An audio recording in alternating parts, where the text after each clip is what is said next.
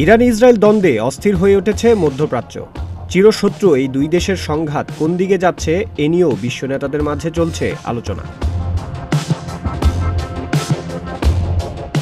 1 April ইরানি কনসুলেটে হামলার পর শনিবার ইসরায়েল লক্ষ্য করে ব্যাপক হামলা চালায় তেহরান। এ হামলায় প্রতিশোধের হুঁশিয়ারি দিলেও 24 ঘণ্টা পেরিয়ে গেলেও এখনও কোনো পাল্টা হামলা কিংবা সামরিক জবাব দেয়নি ইসরায়েল। তবে সর্বোচ্চ সতর্ক অবস্থায় রয়েছে দেশটি, এমনটাই জানিয়েছে আইডিএফ। আল জাজিরার প্রতিবেদনে বলা হয়, রোববার যুদ্ধকালীন মন্ত্রিসভার বৈঠক বসলেও ইরানের হামলার প্রতিবাদে ইসরায়েল কী পদক্ষেপ নেবে তা নিয়ে এখনও কোনো সিদ্ধান্তে আসতে পারেনি তেল আবিব। তবে ইসরায়েলের সামরিক মুখপাত্র ড্যানিয়েল হ্যাগারি বলেন, পরিস্থিতি পর্যবেক্ষণ করছেন তারা। প্রতিরক্ষা ও আক্রমণাত্মক দুই ধরনের পরিকল্পনা নিয়েই হচ্ছে আলোচনা। দেশের সুরক্ষায় মিত্রদের সাথে নিয়ে কাজ করবেন বলে জানান তিনি।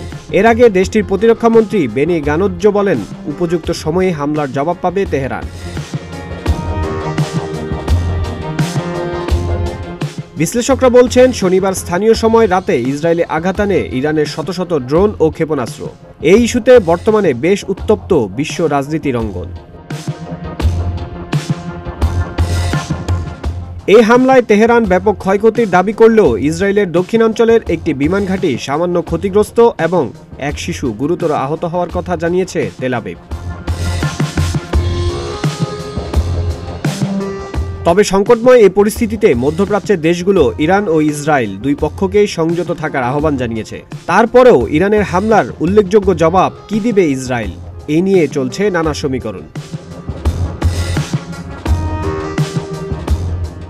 বিশ্লেষকরা আরও বলছেন, ইসরায়েল যদি পাল্টা পদক্ষেপ নিতেই চায় তাহলে যেসব ঘাঁটি থেকে ইরান হামলা চালিয়েছে সেখানে দূরপাল্লার ক্ষেপণাস্ত্র ছুড়তে পারে তারা, অথবা আরও বড় পরিসরে কিছু করতে চাইলে তারা ইরানের শক্তিশালী রেভলিউশনারি গার্ড কোরের আইআরজিসির বিভিন্ন ঘাঁটি, প্রশিক্ষণ কেন্দ্র ও কমান্ড সেন্টারে হামলা করতে পারে। তবে এতে ইরানের পাল্টা প্রতিশোধ নেওয়ার ঝুঁকি বাড়বে।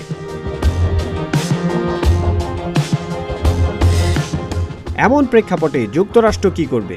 ইসরায়েল ইরান পাল্টাপাল্টি হামলার জেরে এই অঞ্চলে মার্কিন বাহিনী কি তেহরানের সঙ্গে পুরোপুরি যুদ্ধে জড়াবে? উপসাগরীয় অঞ্চলের 6টি আরব দেশের যুক্তরাষ্ট্রের সামরিক স্থাপনা রয়েছে। মার্কিন সেনারা সিরিয়া, ইরাক ও জর্ডানেও অবস্থান করছেন। যুদ্ধের ব্যাপ্তি বাড়লে এসব দেশে মার্কিন বাহিনী ইরানের ক্ষেপণাস্ত্রের নিশানা হতে পারে। পাল্টা হামলার শিকার হলে ইরান আরেকটি পদক্ষেপও নিতে পারে। এর হুমকি অবশ্য তারা বহু আগে থেকেই দিয়ে আসছে। সেটি হলো কৌশলগতভাবে গুরুত্বপূর্ণ হরমুজ প্রণালী বন্ধের চেষ্টা করা। এজন্য তারা মাইন ও ড্রোন ব্যবহার করতে পারে। এতে বাধার মুখে পড়তে পারে বিশ্বের 1/4 জ্বালানি তেল পরিবহন।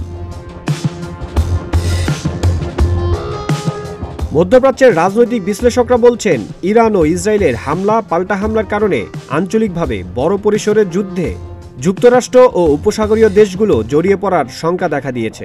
আর এমন পরিস্থিতি এড়াতে কাজ করে যাচ্ছে বিশ্বের বিভিন্ন দেশের সরকার প্রধান।